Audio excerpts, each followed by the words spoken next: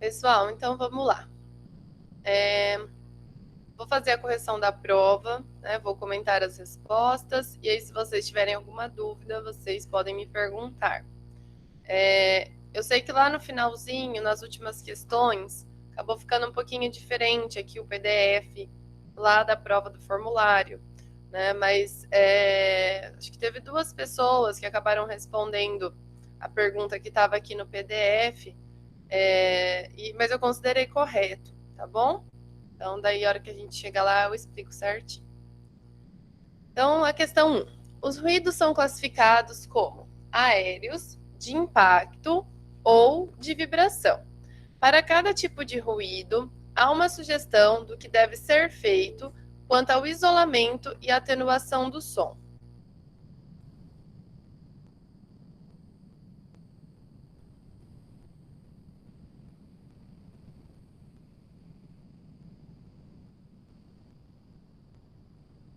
Tá, tô lendo ali a mensagem da Ana Luísa, mas eu realmente não sei, gente, o que pode ser isso de não conseguir abrir os formulários. Porque não tem nada ali que eu possa configurar para isso. Mas depois eu vou tentar reenviar para ver se vocês conseguem abrir, tá?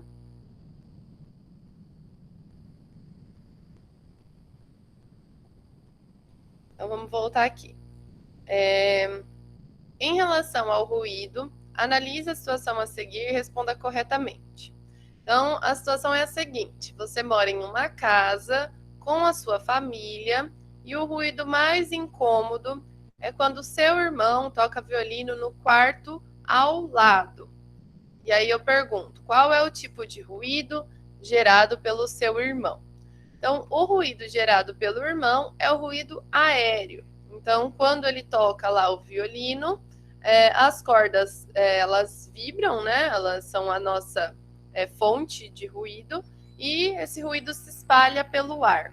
Então, por isso, né? Ele se espalha primeiro pelo ar, depois ele vai passar pela parede, chegar em outro ambiente, mas o primeiro meio de transmissão é o ar. Então, ele é um ruído aéreo. Então, só relembrando lá, de impacto e de vibração seriam ruídos que acontecem primeiro na estrutura da parede ou na estrutura da laje, né, na estrutura do edifício.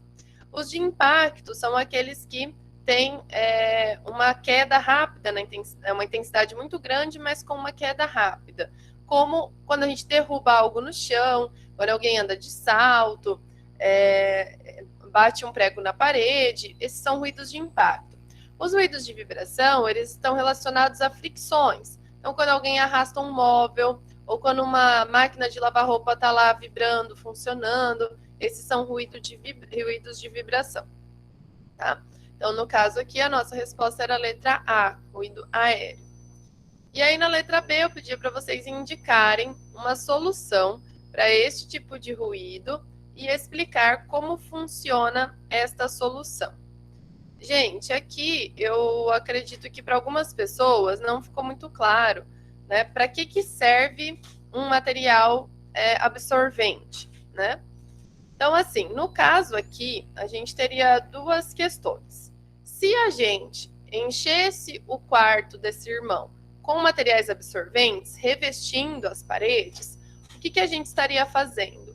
Diminuindo o tempo de reverberação dentro do quarto, tá? Então, isso faria com que a intensidade do som, ela diminuísse, tá? Porque o som faria menos reflexões lá dentro, então ele teria menos reforço do som direto, beleza? Então, essa poderia ser uma solução. Outra solução é a gente trabalhar com o aumento da massa da parede, né? Quanto maior a massa da superfície, mais ela vai fazer com que o som não passe de um ambiente para o outro. Tá? Daí, no caso, a gente tem um material que ele tá causando a atenuação do som. Então, o som lá dentro do quarto continua com a mesma intensidade, mas esse material, que é um material isolante, ele vai daí diminuir a intensidade do som que passa para o outro lado. Então, entenderam aí a diferença entre um material que absorve o som e um material que isola, tá? Então, o que absorve, quando aplicado dentro do ambiente, vai diminuir a intensidade do som lá dentro do ambiente. O material isolante, ele vai diminuir a quantidade de som que passa de um ambiente para o outro, beleza? Ao invés de aumentar a massa, nós também podemos fazer o quê? Uma parede dupla, tá?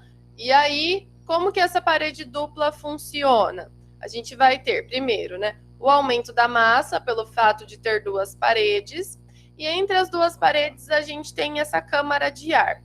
Então, o som, ele vai ultrapassar uma camada isolante, né? Então, ele vai já perder um pouco da intensidade dele. Dentro da camada de ar, ele vai fazer reflexões ali dentro, consequentemente, quando o som faz reflexões, ele é absorvido dentro dessa camada de ar, e depois ele vai ter que ultrapassar mais uma camada de material isolante. Então, isso faz com que haja uma atenuação maior do som também. E, além disso, como ali dentro dessas paredes está acontecendo essa absorção, nós podemos colocar um material absorvente dentro dessa parede, tá? E aí o som vai ser mais absorvido do que se ele fosse absorvido apenas pelo ar, tá? Pelas superfícies ali de dentro da parede, beleza? Então, a gente teria essas possibilidades de solução aí para esse tipo de ruído.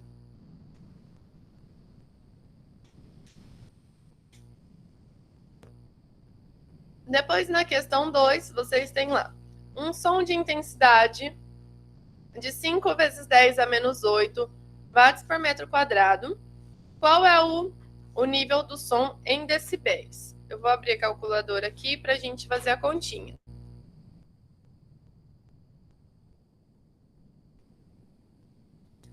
Então, a gente tem lá 5 vezes 10 a menos 8, dividido por 10 a menos 12, né? Que vai depois dar 5 vezes 10 à quarta. Então, nossa formulazinha lá é 10 log da intensidade do som, dividido pela intensidade de referência. Então, nós teríamos 10 log de 5 vezes 10 a menos 8, dividido por 10 a menos 12, certo?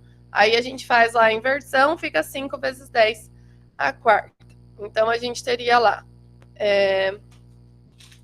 10 elevado à quarta vezes 5 log vezes 10. Então, a resposta seria 46,99 decibéis. Beleza?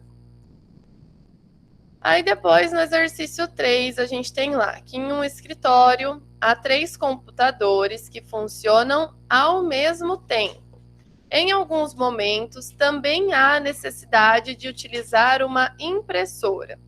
Cada computador produz um nível sonoro de 60 decibéis, enquanto a impressora produz 70 decibéis. Aí na letra A, qual o nível de intensidade sonora produzido no escritório quando todos os computadores estão funcionando? Gente, esse exercício e o próximo é praticamente igual o que eu gravei aqui, que nós temos em sala, né? Então, aqui a gente tem a formulazinha para ruídos iguais. Então, seria 10 log do número de fontes mais o valor inicial das fontes. Então, 10 log de 3 mais 60. Então, a gente vai fazer aqui 3 log vezes 10 mais 60. Então, a resposta do exercício A, 64,77 decibéis. Tá? Então, a gente teve um aumento ali, né, de 4,77 no valor de um computador. Beleza? Aí na letra B, eu pedi lá, qual o nível de intensidade sonora quando todos os computadores estão ligados e alguém usa a impressora. Então, nós teríamos as 3 fontes de 60 mais uma fonte de 70. Como as fontes são diferentes, a gente vai usar a outra fórmula. que é 10 log, aí de 10 elevado ao número a intensidade da fonte dividido por 10, mais 10 elevado ao número da intensidade da fonte dividido por 10, assim por diante. Então, aqui no caso, nós temos 3 fontes iguais e uma diferente. Então, a gente faria lá 10 log, aí abre parênteses, de 3 vezes 10 elevado à sexta, né, que é 60 dividido por 10, mais 10 elevado à sétima, tá? Então, vamos fazer aqui. Então, 3, 10 elevado a 3, opa, 3 não, peraí, 6. 6, 10 elevado a sexta, né, vezes 3 computadores. Isso aqui vai somar com 7 elevado a décima. Aí a gente vai fazer o log e vai multiplicar por 10. Então, a resposta era 71,14 decibéis. Então, aqui, gente, a gente já tem a maior fonte, que é 70. O valor vai ser maior do que 70, tá? Tranquilo? Se ficou alguma dúvida aí, vocês podem me interromper, tá? Pro, depois você pode repetir a 2? A 2 aqui? Essa? Isso. Aqui a gente tem lá log, 10 log da intensidade do som dividido pela intensidade inicial. Então, a gente teria 10 log de 5 vezes 10 a menos 8, dividido pela intensidade de referência, né, que é 10 a menos 12. Então, a gente poderia fazer já essa continha dessa forma, ou a gente pode simplificar, que daí a gente passava o 10 a menos 12 que estava embaixo para cima, ele fica positivo, daí a gente fica lá com 5 vezes 10 a menos 8 vezes 10 elevado a 12. E aí a gente soma os exponenciais, daí 12 menos 8, a gente tem 10 elevado à quarta. Então, simplificando, a gente teria 10 log de 5 vezes 10 à quarta.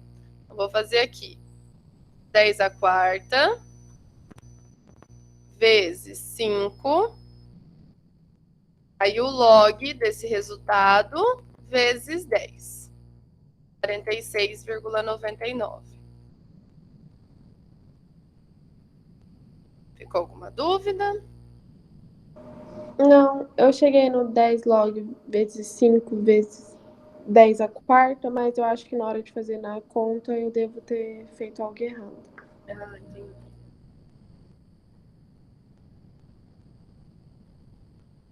Agora a questão 4. O gráfico a seguir é utilizado para somar fontes sonoras. Analisando o gráfico, responda. Quando somamos duas fontes de mesma intensidade, qual o valor de L+? Então, quando as nossas fontes têm a mesma intensidade, o nosso ΔL aqui, ele é 0, certo? Então, se eu tenho lá duas fontes de 50, 50 menos 50 é 0. Quando dá 0 aqui no ΔL, eu vou encontrar lá com a curva, e aí eu vou ver que o valor do L+, é 3, que é o máximo que aumenta quando a gente tem a soma de duas fontes, tá? Então, a resposta aqui era a letra C, 3 decibéis. Aí na letra B, a Avenida Brasil, em um dia de muito movimento, apresenta um nível de intensidade sonora de 90 decibéis. A Avenida São Paulo, no mesmo dia e horário, apresenta um nível de intensidade sonora de 80 decibéis. Qual é o nível de intensidade sonora no cruzamento da Avenida Brasil com a Avenida São Paulo? Vou fazer aqui pelo gráfico, tá? Quem fez continha também não tem problema.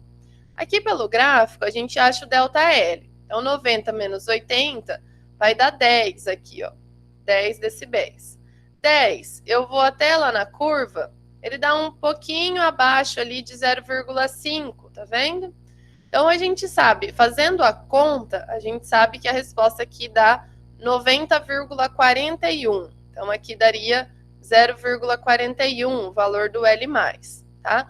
Mas quem fez pelo gráfico e colocou, por exemplo, 0,5 como L+, e colocou 90,5, eu considerei correto, porque o gráfico ele não tem precisão, tá?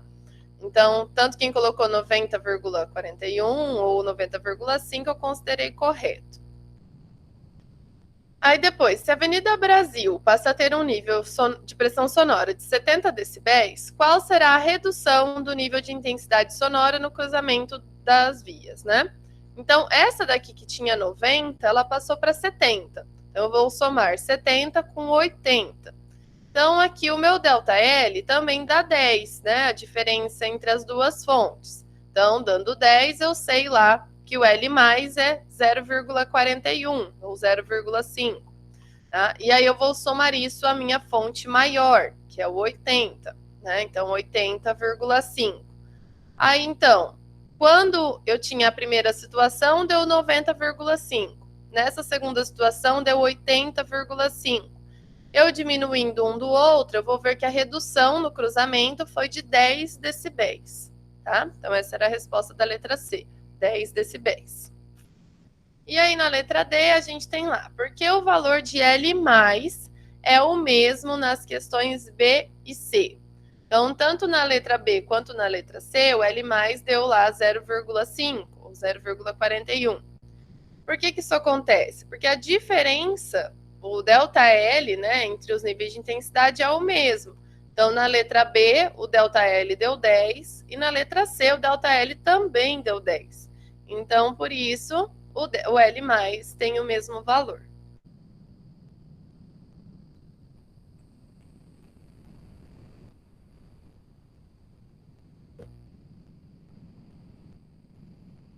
Questão 5. O tempo de reverberação é o tempo que um som fica refletindo dentro de um ambiente fechado. Sobre este tempo, responda. Letra A. Assinale a alternativa que indica corretamente os dois principais aspectos que influenciam no valor do tempo de reverberação real dentro do ambiente interno e se eles são inversamente ou diretamente proporcionais. Então, o que a gente tem que pensar aqui? Na fórmula do tempo de reverberação. Então, o tempo de reverberação é igual a 0,1608 vezes o volume dividido pela absorção total do ambiente. Então, o que vai influenciar no meu tempo de reverberação real? O volume e o coeficiente de absorção, né? Professora, Oi. ali na questão anterior, eu coloquei do jeito que você falou e você não considerou a questão C para mim. Questão... Você me manda um e-mail para eu dar uma olhadinha? Mando sim. Pois, por favor. Obrigada. Gente, então nós temos, no caso, né, o volume e o coeficiente de absorção. Tá? Então, já descartamos aqui a letra B e a letra E. E aí a gente tem, então, né, que descobrir se eles são diretamente proporcionais ou inversamente proporcionais. Então, vamos pensar lá. Na nossa fórmula, o volume, ele está multiplicando ali na parte de cima. O que isso quer dizer? Que se esse volume aumenta, a minha resposta do tempo de reverberação aumenta também. Então, quanto maior for o volume, maior o tempo. Então, o volume é diretamente proporcional ao tempo de reverberação, certo? Então, a gente fica aqui entre a letra C e a letra D. E o coeficiente de absorção? Ele está dividindo lá na minha fórmula. Então, como ele está dividindo, né? Quanto maior for meu divisor, menor é o tempo de reverberação. Então, ele é inversamente proporcional. Então, a nossa resposta correta aqui era a letra C. Então, o volume da sala, diretamente proporcional, e o coeficiente de absorção, inversamente proporcionais ao tempo de reverberação.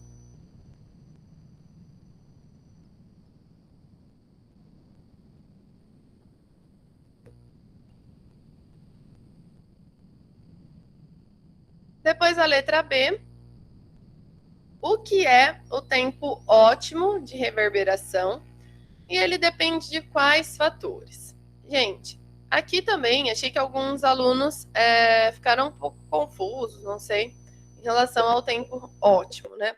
O tempo ótimo, gente, ele é uma teoria. Então, eu olho um gráfico para uma determinada sala e vejo qual é o tempo adequado para aquela sala, tá? Então, o tempo ótimo de reverberação é o tempo adequado para aquele ambiente.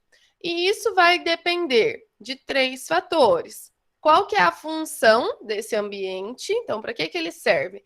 Para a palavra falada, para a música, para a igreja, para uma sala de concertos, né? A função dele. O volume, então lá no gráfico embaixo, nós temos o volume.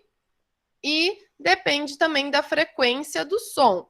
Então, para a frequência de 500 Hz dá uma resposta, 125 Hz da outra, 250 da outra, tá? Então, ele vai depender desses 3 fatores. Ele não tem nada a ver com o coeficiente de absorção, porque ele é uma teoria, ele não tem um ambiente real ainda, né? O coeficiente de absorção, ele só vai influenciar no tempo real, ou quando eu for adequar o tempo da minha sala. Tá? Ele não vai influenciar no tempo ótimo. O tempo ótimo a gente olha no gráfico. E o gráfico depende só desses 3 fatores. Então, o gráfico para aquela frequência, para a função da sala e para o volume da sala.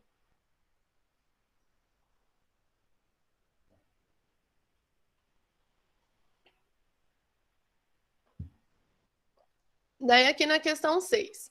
De acordo com os estudos sobre as características do som e os elementos da onda sonora, responda se são diretamente ou inversamente proporcionais. Então, frequência do som e altura do som. Quanto maior a frequência, mais alto é o som, que quer dizer que ele é mais agudo. Então, eles são diretamente proporcionais. Essa era a resposta, diretamente proporcionais.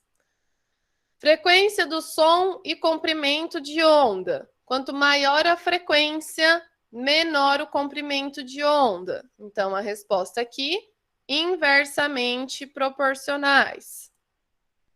E a última, intensidade do som e amplitude da onda. Quanto mais intenso é o meu som, mais pressão eu tenho, né? Mais volume e, consequentemente, a minha onda vai ter uma amplitude maior. Então, eles são, no caso, diretamente proporcionais.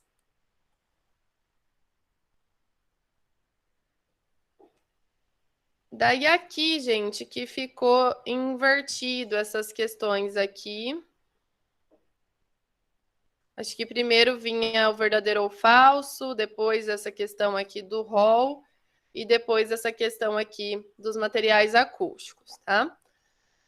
Então, vou vir aqui para a questão 8, de verdadeiro ou falso. As vibrações sonoras propagam-se pelo ar em razão de pequenas alterações provocadas na pressão atmosférica, configurando-se como ondas sonoras. A respeito das ondas sonoras, analise se as afirmativas são verdadeiras ou falsas e justifique as falsas. A primeira dizia que são ondas longitudinais, pois vibram na mesma direção que se propagam. Isso aqui era verdadeira, né? Então, realmente são ondas longitudinais, vão vibrando na direção que estão se propagando. A segunda, são ondas de natureza mecânica, por isso propagam-se no vácuo. Essa daqui era falsa. Então, elas são ondas de natureza mecânica, sim, e por isso elas não se propagam no vácuo. Elas precisam de um meio material e elástico para sua propagação, seja esse meio sólido, líquido ou gasoso. A terceira, no ar, a onda sonora tem menor velocidade do que nos demais meios. Essa daqui é verdadeira, né? Como no ar as partículas estão mais longe uma da outra, elas demoram mais para se encontrar, a velocidade de propagação é menor. Quanto mais sólido, mais pertinho uma partícula está da outra, mais rapidinha vai ser a propagação do som. E a última, são tridimensionais, propagam-se em todas as direções. Porém, existe uma tendência de as fontes sonoras irradiarem mais energia em determinada direção que em outras. essa daqui, ela é verdadeira, tá? Então, a gente tinha até um desenho lá no slide, né, que mostrava as ondas se propagando para todos os lados, porém, a gente via que tinha ali um ângulo de 90 graus, né, 45 para cada lado, aonde as três frequências, baixa, média e alta, se propagavam com a mesma intensidade. E aí a gente viu que para trás da fonte, as ondas que são de alta frequência, de média frequência, elas vão se propagar com uma intensidade menor. É apenas a onda de baixa frequência que consegue ter uma propagação mais ou menos igual. Tá? Então, essa aqui também era verdadeira.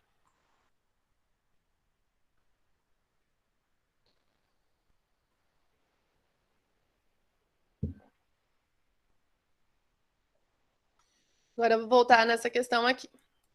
Os elementos mais prejudiciais ao isolamento acústico de uma edificação são as aberturas, portas e janelas. Os halls podem ser soluções para a área das portas. Que tipos de materiais devem ser aplicados nestes espaços para que ele seja ainda mais funcional quanto ao isolamento acústico? Então, aqui, gente, a resposta eram materiais absorventes, tá? Simplesmente isso. Então, como que funciona o hall, tá? Só para a gente dar uma relembradinha. O hall, ele vai ser ali um ambiente intermediário onde ele vai ter duas portas, né? E aí, o que acontece? Quando eu abro uma porta, o som, né, de um ambiente, ele vai entrar junto comigo para esse novo ambiente, certo?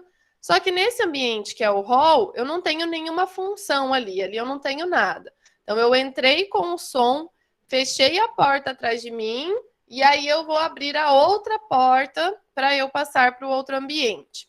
Então, é como se o hall ele fosse uma grande parede dupla, né? Uma grande câmara de ar.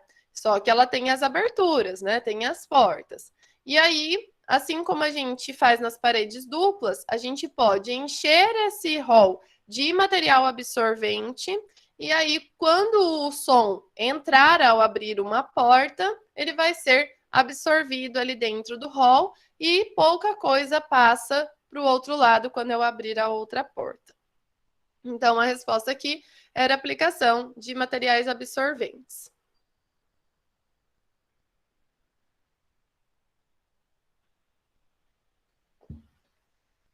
E a última questão: quando os materiais ou componentes de uma superfície têm a absorção sonora como uma característica predominante, eles são chamados materiais acústicos. A maneira como a energia sonora é absorvida pelos materiais ou elementos acústicos permite a distinção das classes de materiais. E aí eu pedia, aqui estava escrito, explique como funcionam os materiais acústicos chamados de membranas vibratórias e como eles podem ser feitos.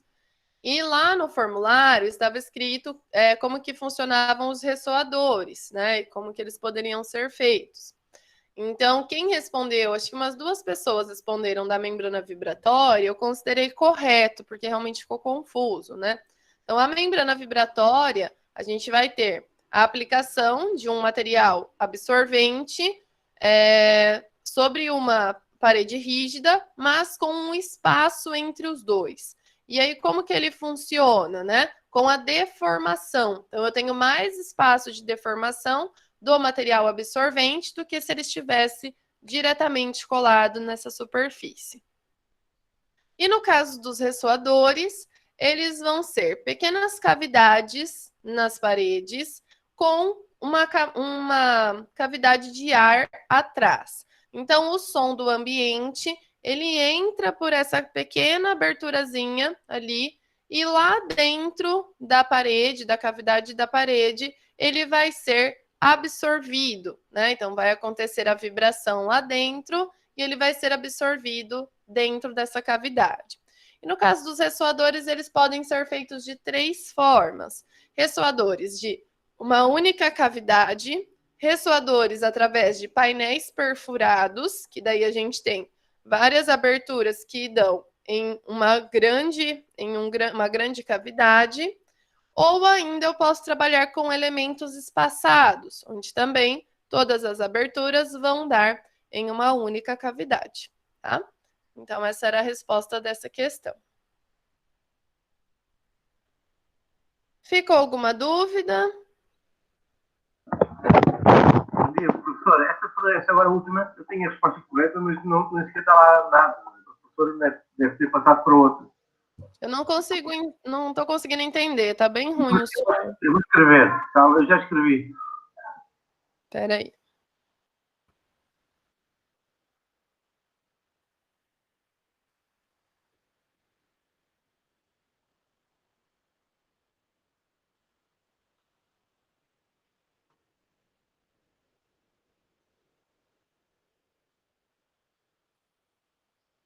Gente, quem por acaso tem alguma questão que ficou sem considerar, algum problema na prova, me manda um e-mail que eu dou uma olhadinha, tá?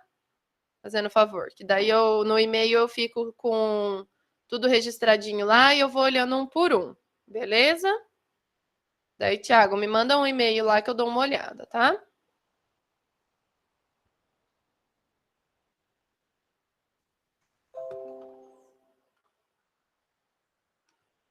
Aqui a 5, letra A, é a letra C.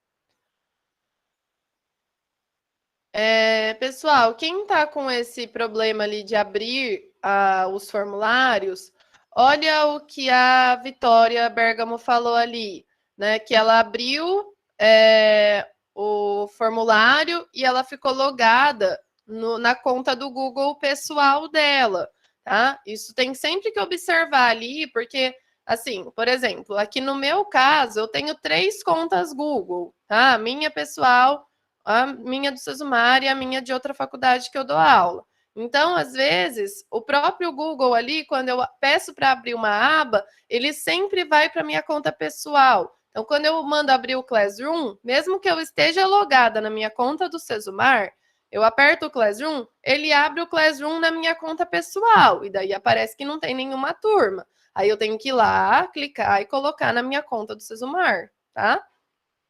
Então, vejam se não está acontecendo isso, tá? Se a hora que vocês estão abrindo, vocês realmente estão logados na conta do Sesumar.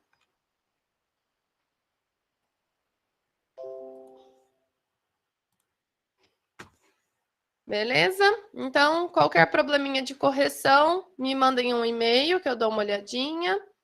E se alguém precisar que reenvie as respostas da prova, me avisa também lá por e-mail, que daí eu mando, tá?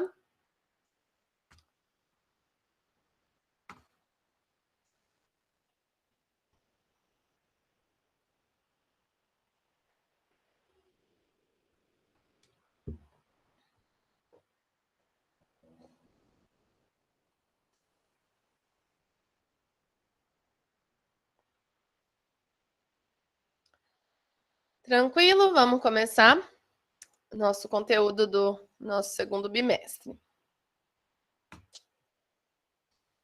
Pessoal, então agora a gente vai começar a falar sobre questões relacionadas ao formato do ambiente. Então, no bimestre passado, a gente falou um pouco sobre os materiais, a gente aprendeu o tempo de reverberação, e aí nós vimos que o tempo de reverberação é um dos fatores mais importantes para que a gente tenha uma boa propagação do som dentro do ambiente. Porém, não adianta nada eu ter um tempo de reverberação adequado e o formato do ambiente não favorecer a reflexão para o meu ouvinte, para o meu público. Então, eu tenho ainda que, além do tempo de reverberação, pensar nos fatores relacionados ao formato desses ambientes.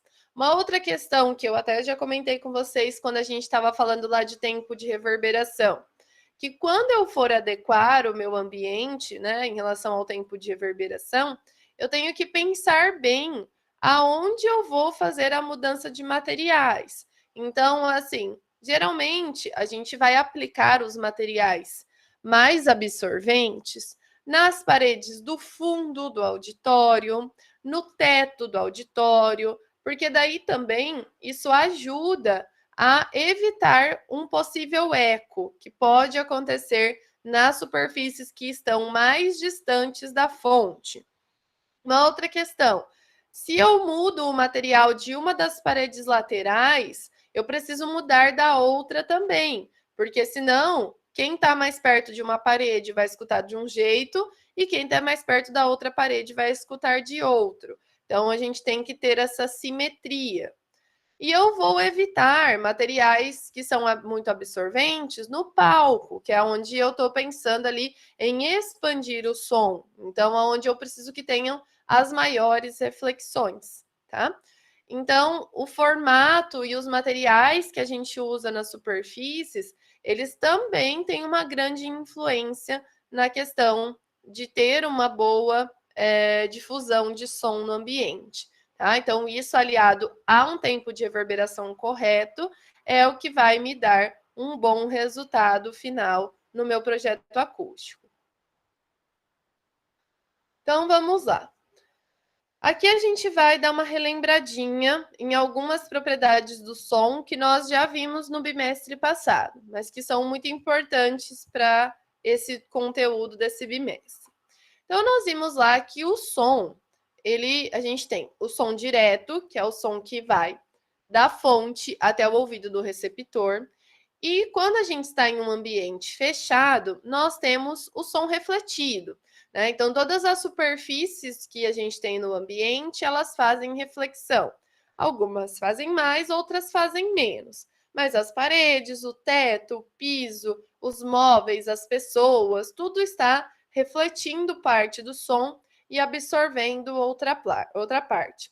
Então, num ambiente fechado, a gente vai perceber um som que ele é composto pelo som direto, que é o que tem a maior intensidade, mais os sons que são refletidos nesse ambiente. Então, eu tenho esse reforço sonoro. Então, o som, quando ele encontra uma superfície, uma parte dele é refletida, uma parte é absorvida e uma parte é transmitida para o outro lado. E essas proporções do quanto vai ser refletido, o quanto vai ser absorvido e o quanto vai ser transmitido, depende do material da minha superfície. Então, qual é a dimensão desse material? Qual é a dimensão da minha superfície? Qual é a forma dela? E qual é o material que compõe essa superfície? Então, quando a dimensão da minha parede, do meu obstáculo, né, ela é maior do que o meu comprimento de onda, então quando eu tenho um som mais agudo, ele tende a sofrer reflexão. Então, sons agudos, eles têm pequenos comprimentos de onda. Então, quando eles encontram com uma barreira que é maior do que o seu comprimento de onda, eles tendem a sofrer reflexão. Quando os sons são mais graves, né? E aí a dimensão da minha barreira ela é menor que o comprimento de onda, esse som ele tende a sofrer o que a gente chama de difração. Então, o que seria isso, né? O som que é mais grave, que tem um grande comprimento de onda, ele consegue ou ultrapassar a minha barreira, ou quando ele encontra a parte superior aqui da barreira, é como se ela se tornasse uma nova fonte sonora e espalhasse esse som em diversas direções. Então, é mais fácil para a gente barrar os sons mais agudos do que barrar os sons mais graves, por conta do comprimento de onda, tá? Outro fator importante é que a direção que o meu raio sonoro refletido vai tomar, ele é influenciado pela forma que a superfície que esse som encontrou tem. Então, o ângulo de reflexão é igual ao ângulo de incidência. É como se a minha superfície ela fosse um espelho. Então, quando a minha superfície ela é uma superfície plana, né, com o mesmo ângulo que incidiu, a gente vai ter a reflexão. Quando as minhas superfícies são côncavas ou convexas, a gente já tem também, né, um comportamento de espelho, mas no caso das superfícies côncavas, isso resulta aqui, ó, na concentração do som, e no caso das superfícies convexas, isso resulta em um espalhamento do som, tá? Então, sempre nós vamos pensar nas nossas superfícies como se elas fossem um espelho.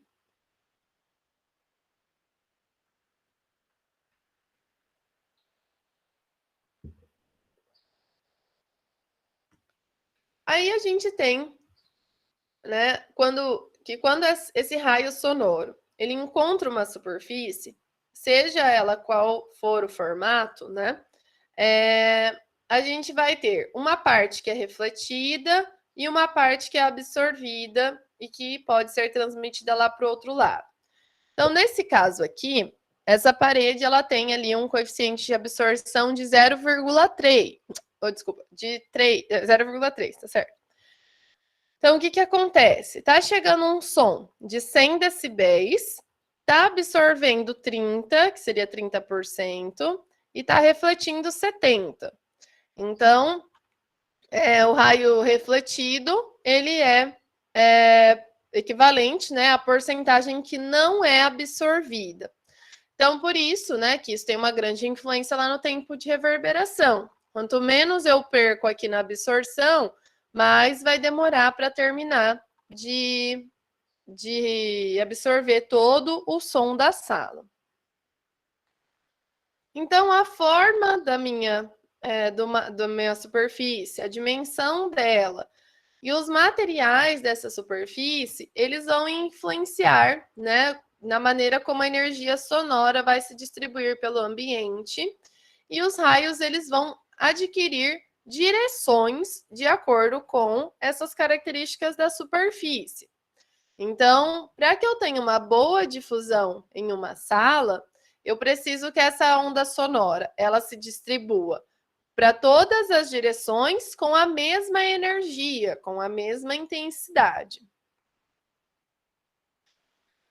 Então, a gente viu, né, que o som direto, ele vai decaindo conforme vai ficando mais distante da fonte, e aí nós temos o som refletido, né, que permanece no ambiente, que é o som reverberante. Então, a reverberação, que nós estudamos no bimestre passado, é o resultado das reflexões da fonte sonora que vão acontecendo várias vezes nesse ambiente. Então, todas essas propriedades que a gente viu aí, que a gente deu uma recapitulada, né? Ai, peraí, vontade de espirrar. Acho que passou. Todas essas propriedades que nós vimos ali, elas acontecem simultaneamente em qualquer ambiente em que esteja acontecendo algum ruído. E são elas que vão dar a qualidade acústica desse espaço. Então, aqui, né, a gente tem lá a nossa fonte sonora. A gente tem a nossa fonte. Essa fonte, ela tá liberando o som dela ali para todos os lados, tridimensionalmente. E aí, então, nós temos o som que é refletido, nós temos o som que é absorvido e transmitido lá para o outro lado, nós temos os raios sonoros diretos, nós temos o som que se perde através das aberturas, nós temos os sons refletidos aqui em cima, nós temos a difração do som em alguns pontos. Então, tudo isso que a gente viu vai acontecendo nos ambientes ao mesmo tempo.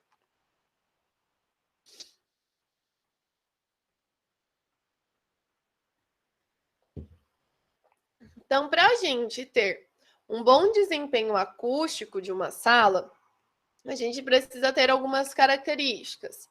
Primeira, né? A gente precisa ter uma boa inteligibilidade do som. Isso quer dizer o quê? Que quando uma pessoa estiver falando, ou alguém estiver tocando um instrumento, ou se estiver passando um filme, alguém estiver cantando, eu preciso conseguir entender o que está sendo falado, cantado ou tocado. Eu também devo pensar na questão dos ruídos externos, que foi algo que a gente estudou também no bimestre passado, né? Então, que os ruídos externos tenham a menor interferência possível na atividade que está acontecendo dentro do ambiente. A distribuição do som, ela deve ser uniforme. Então, em qualquer parte da sala, as pessoas devem escutar o som com a mesma intensidade. E essa sala deve fazer a difusão do som.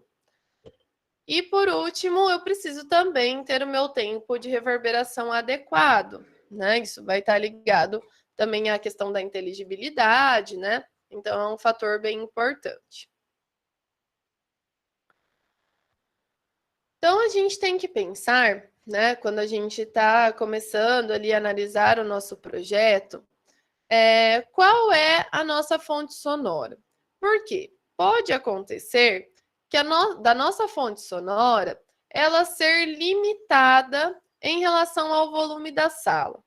Então, por exemplo, a gente viu no bimestre passado que, no máximo ali, para não usar microfone, né, uma pessoa, ela conseguiria falar ali muito bem com uns 15 metros de distância entre a fonte e a última pessoa da fileira, né?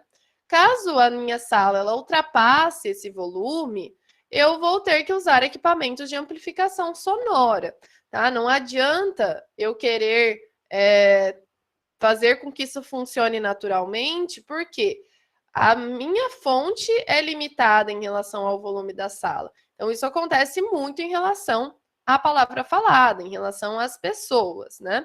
Então, se eu tenho lá um auditório, um teatro que é muito grande, tem um volume muito grande, não é errado que a gente use os equipamentos de amplificação, né? Que seria o microfone. Não tem problema, tá? Mas mesmo assim, a gente não pode deixar de fazer a sala com as características corretas, tá? Só, né, a gente vai ter esse reforço a mais, mas mais para frente a gente até vai estudar um pouquinho sobre os equipamentos de amplificação. Então, também, né, não é de qualquer jeito que a gente coloca esses aparelhos, e daí a gente também não vai esquecer de todos os outros fatores necessários para ter uma boa difusão do som na sala.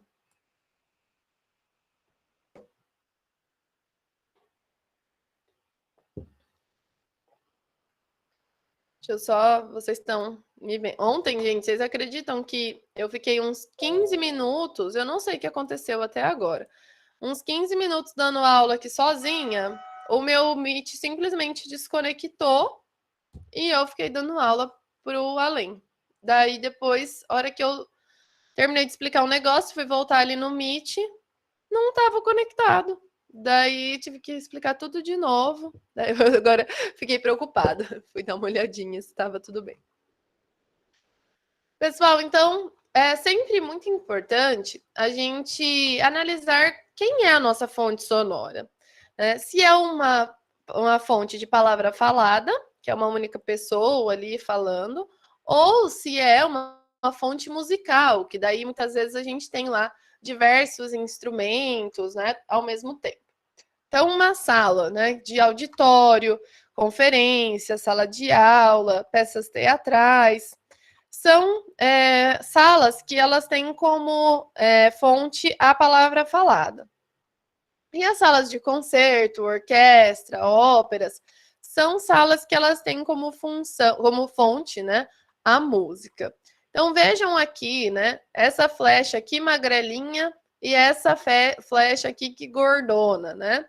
Então, é totalmente diferente um ambiente para o outro, né? Então, a gente vai falar um pouquinho disso, das diferentes fontes sonoras. Em relação à música, a gente tem uma diversidade enorme de instrumentos musicais. E isso faz com que a gente tenha uma variação de nível de intensidade sonora e também de frequência de som. E pode ser que em uma sala de concerto, em um momento esteja tocando um único instrumento e em outros momentos esteja tocando uma grande orquestra, vários instrumentos ao mesmo tempo. Então vejam como é complexo, né, essa questão. Então aqui, por exemplo, né, a intensidade dos sons dos instrumentos, elas podem variar de 30 a mais de 80 decibéis.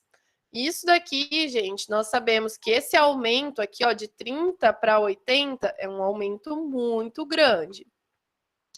E eles variam também muito em relação à frequência. Então, um violino, ele vai ter lá sons de 200 Hz até 3.500 Hz, né? Então, de baixo a alto. Um trompete vai variar ali de 180 a 900 Hz. Um violoncelo já é bem mais grave, né? De 70 a 750. O piano de 32 a 400 Hz. Então, cada instrumento musical tem a sua frequência. Por isso que a minha sala não pode estar adequada para uma única frequência. Ela tem que estar adequada para frequências diversas. E a nossa voz, ela também tem uma variação, tanto de frequência quanto de intensidade. Então, quando a gente compara aqui a nossa faixa audível, que é essa mancha maior aqui, ó, vendo? Aqui, o que seria essa faixa audível? É o que a gente consegue escutar. Então, nós vimos que o nosso ouvido, ele pega ali, ó, de 20 Hz até 20.000 Hz. Né? Acima disso, ele não consegue escutar e abaixo disso também não. E aí, a gente tem aqui o nível de intensidade sonora, né, que a gente consegue escutar. Então, por exemplo, uma frequência de 20 Hz, a gente só consegue escutar se ela tiver lá uma intensidade sonora de uns 80 decibéis para cima, senão também nosso ouvido não consegue captar. E aí a gente consegue captar ali até uns 140 decibéis, que daí a gente já não suporta mais, né? E isso depende também da frequência do som. Então, aqui está a nossa faixa audível. Dentro da faixa audível, a gente tem aqui a mancha da música. Então, a música, ela vai aqui, ó, de uns 50 e poucos hertz até mais ali de 10.000 hertz, uns 15.000 hertz, tá? Então, a frequência da música vai variar de 50 até uns 15.000 hertz. Já a fala, ela vai variar de 100 até uns 4.500 hertz. Então, vejam que na questão da frequência eu já tenho uma diferença, né, entre música e palavra falada. E outro fator é a questão da intensidade da voz e da intensidade dos instrumentos musicais. Então, a intensidade da voz, ela vai variar ali mais ou menos de uns 25 decibéis até uns 70 decibéis, 75. Enquanto da música, vai variar ali de 20 até 100 decibéis quase. Então, são fontes totalmente diferentes.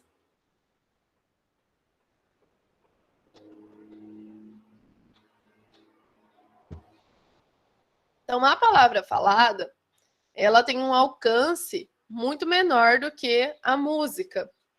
Então, se eu tenho uma sala que ela está apropriada para a palavra falada, ela provavelmente não está adequada para a música, tá? Ou o contrário também. Então, quando a gente vai determinar o desenho acústico do nosso ambiente, a primeira coisa que a gente tem que levar em consideração é qual é o uso desse ambiente, para que a gente possa identificar a nossa fonte, qual é, e aonde ela vai estar localizada dentro dessa sala. E aí acontece muito da gente trabalhar com espaços de múltiplo uso, que seria o quê? Um espaço que ele serviria tanto para uma função quanto para outra. E aí, quando a gente tem os espaços de múltiplos usos, a gente tem algumas soluções que a gente pode dar para esses espaços.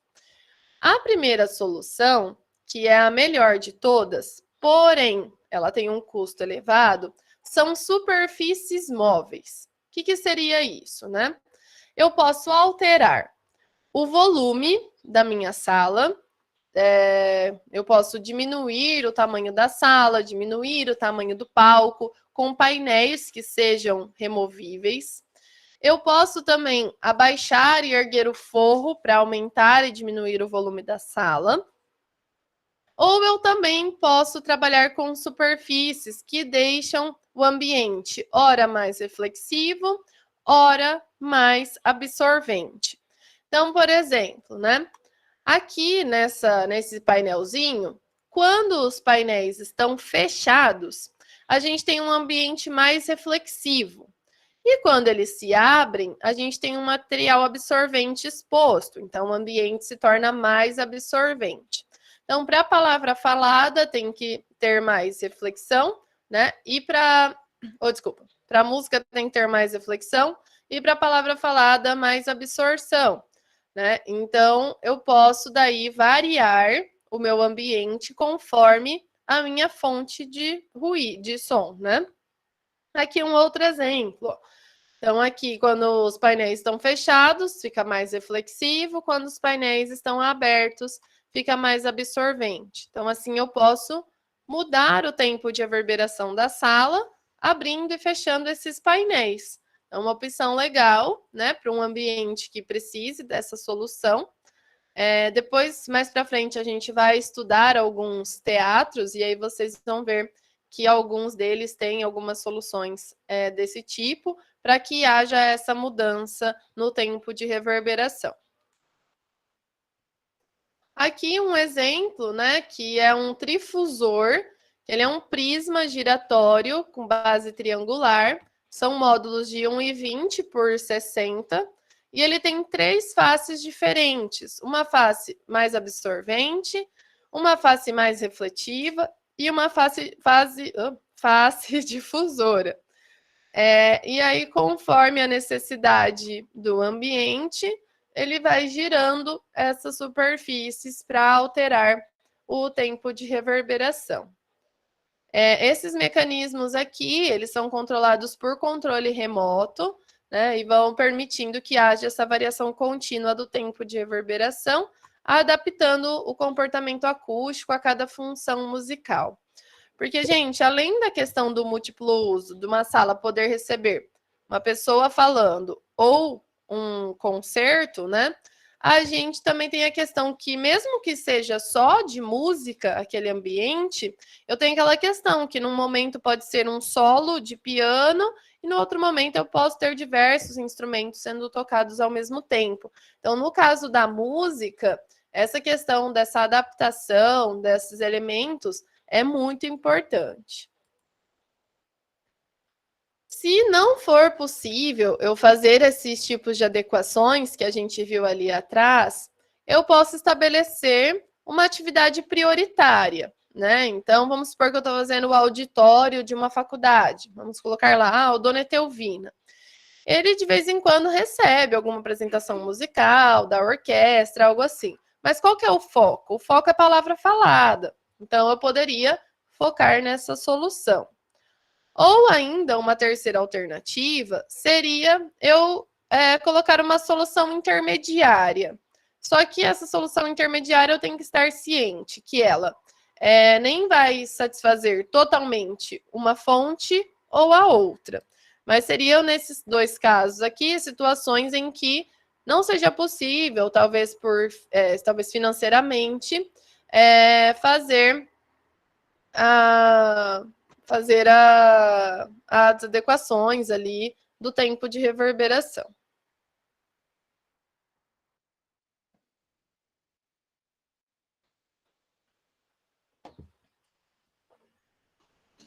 E agora vamos falar um pouquinho sobre as formas das superfícies internas. Então, projetar as formas das superfícies internas, né, que compõem o ambiente, é a gente determinar a direção de propagação dos raios sonoros. Então, a maneira como a gente posiciona e a gente escolhe o formato das paredes, do teto, do piso, dos objetos, a gente vai direcionar o som, né, dentro desse ambiente. Então, a forma do meu ambiente, ela é tão importante para o campo sonoro que vai ser gerado, quanto o tempo de reverberação. Então, não adianta eu ter um sem o outro, tá? Então, a forma do ambiente tem que estar correta e o tempo de reverberação também. Então, a forma dos ambientes, elas sempre devem evitar que ocorram os erros acústicos. O que seriam os erros acústicos? O eco que nós já estudamos, né? O eco acontece quando a distância percorrida pelo som refletido é muito maior do que a percorrida pelo som direto. E aí a gente percebe o som duplo. As ondas estacionárias, que eu vou explicar aqui para vocês o que é, ou pontos de intensidade sonora insuficiente, né? Então, alguma área ali do ambiente que o som fique muito baixo, né? Trazendo um erro acústico. O que seriam essas ondas estacionárias? Essas ondas, elas acontecem quando a gente tem uma superposição da propagação das ondas.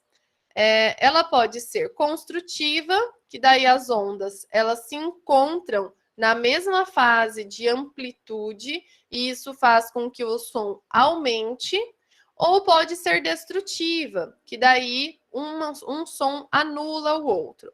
Então, lembrando lá, né, que o som ele tem um momento de compressão, onde aumenta a pressão, depois ele volta para o centro de equilíbrio e depois ele vai para um momento de rarefação, então, onde a gente tem as oscilações de pressão. Então, tem um momento ali que ele volta para o seu centro de equilíbrio, que é como se não tivesse pressão nenhuma, como se o som não tivesse força. E aí, quando as ondas elas se encontram, né? Várias ondas se encontram nesse momento do centro de equilíbrio, o som tem uma queda de intensidade. E quando várias ondas se encontram nos seus picos, o som ele tem um aumento da intensidade. Só que como isso vai acontecendo em áreas diferentes da sala, a gente vai tendo uma situação em que algumas pessoas vão escutar melhor, outras pessoas vão escutar pior. Então, quando eu tenho lá, né, a minha onda indo de um lado para o outro, e eu tenho esses encontros, né, nesses pontos, o que vai acontecer? Ó, aqui a onda sonora foi e voltou, foi e voltou. E aqui aconteceu uma onda estacionária, ó, as ondas estão acontecendo ao mesmo tempo. Então, quando elas coincidem aqui no pico, né, a pessoa escuta super bem, é como se aumentasse a intensidade do som. Mas quando elas se encontram aqui no centro de equilíbrio, daí a pessoinha não escuta. E quando encontra de novo no pico aqui de baixo, escuta bem. E quando que as ondas estacionárias acontecem? Quando a gente tem paredes paralelas ou qualquer superfície paralela, ou paredes, ou teto e piso, né? Então, a gente vai ver como que a gente soluciona esse erro acústico.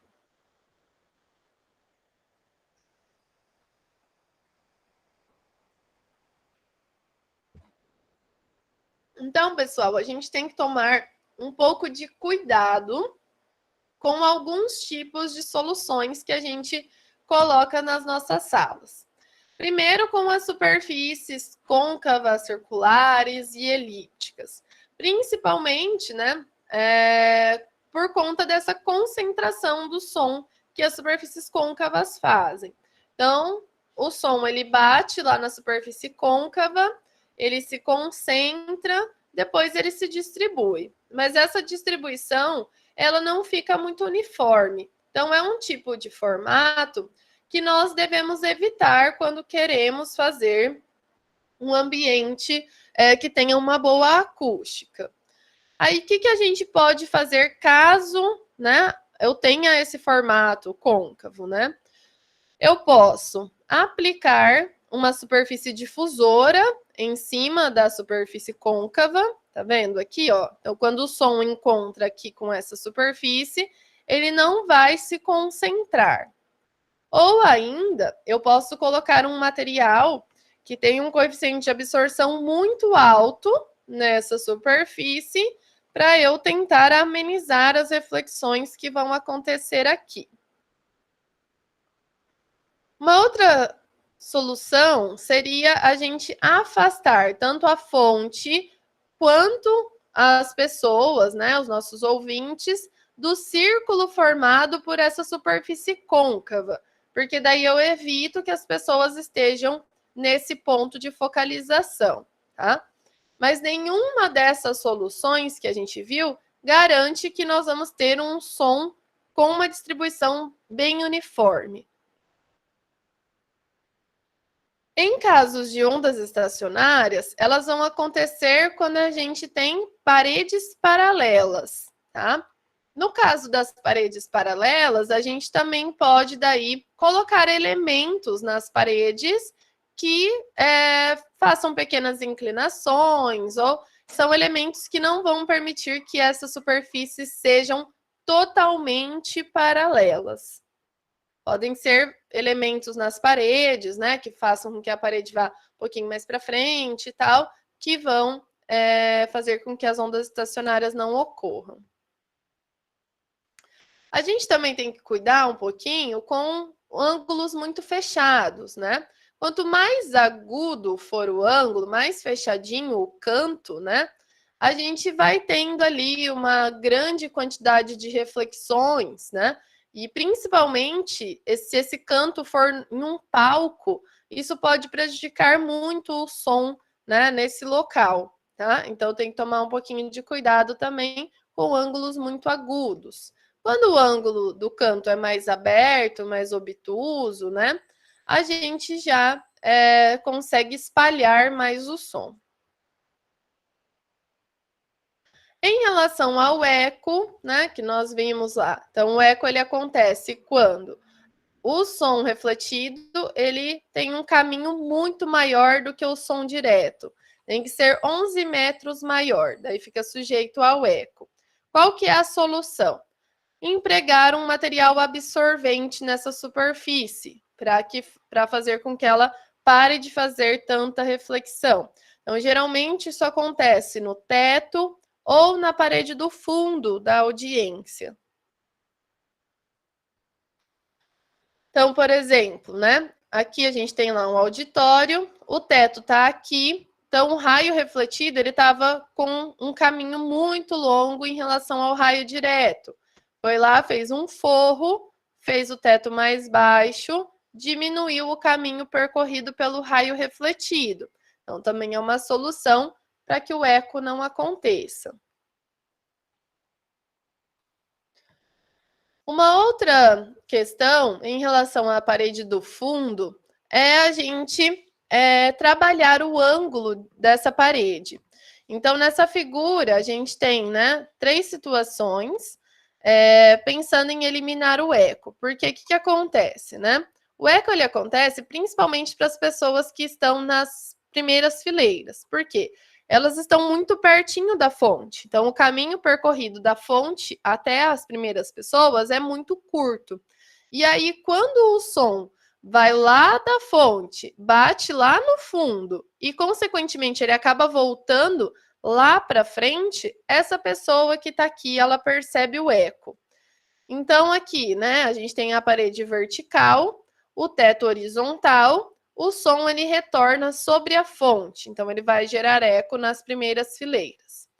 Na situação B, a gente tem essa parede do fundo levemente inclinada. Isso já melhora, né? A reflexão, ela não volta tanto aqui para a primeira fileira. E se eu inclino bastante essa parede aqui do fundo, eu posso jogar esse som de volta para a plateia, mas para a plateia que está aqui no fundo, porque aqui eu posso fazer esse reforço sonoro, porque elas estão mais distantes da fonte. Tá? Então, são soluções aqui para quando acontece o eco por conta da parede lá do fundo.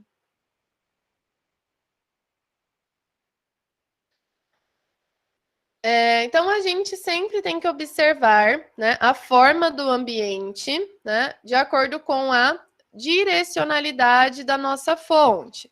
Então, a gente viu lá, né, que as fontes elas têm uma propagação melhor em uma determinada direção. Então, quando eu vou projetar o ambiente, né, a forma do meu ambiente, eu preciso pensar nessa direcionalidade da minha fonte.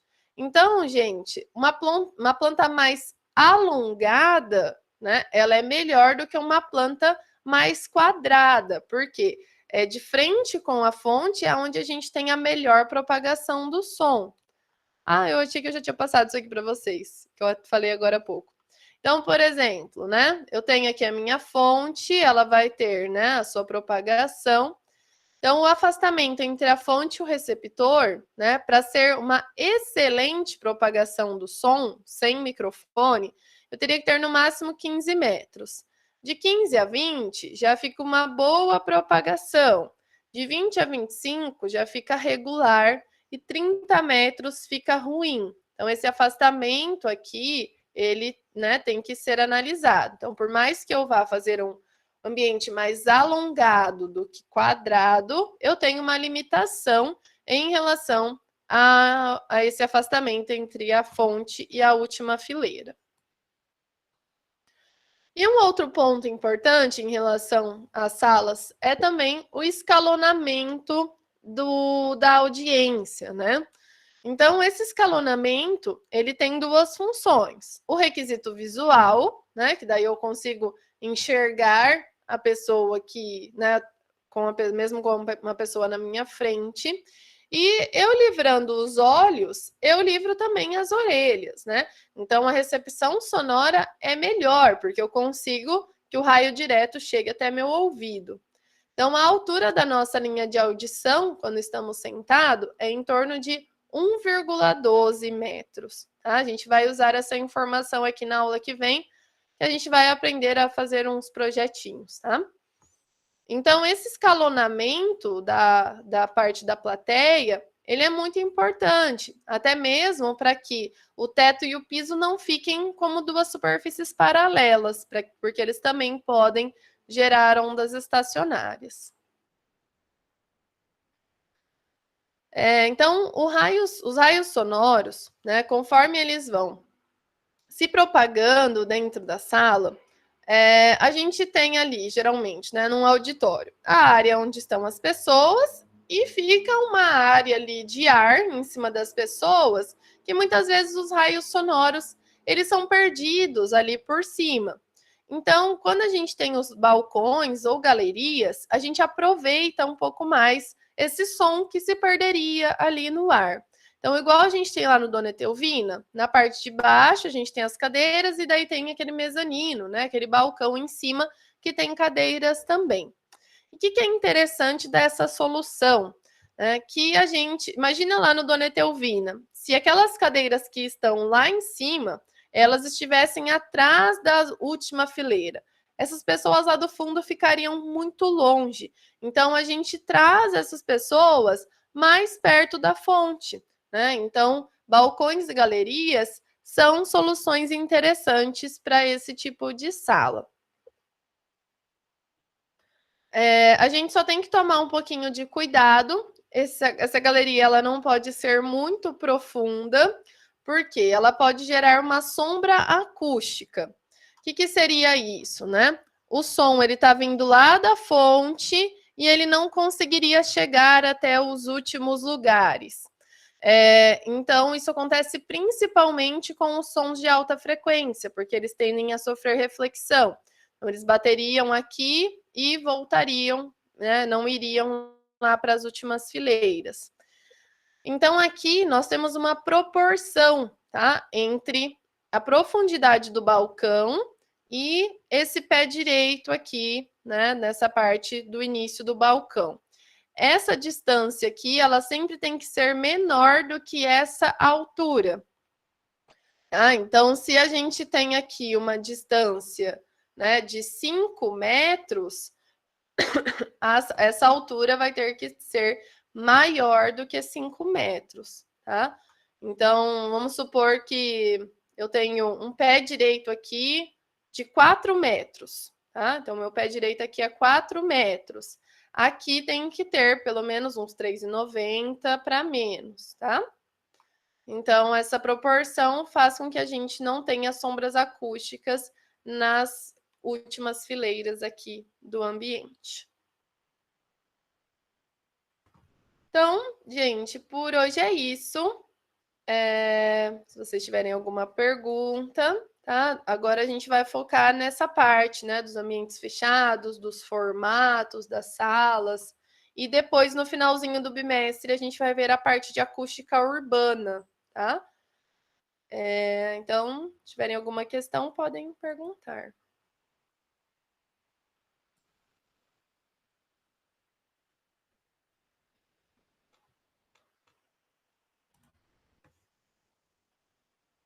Nada?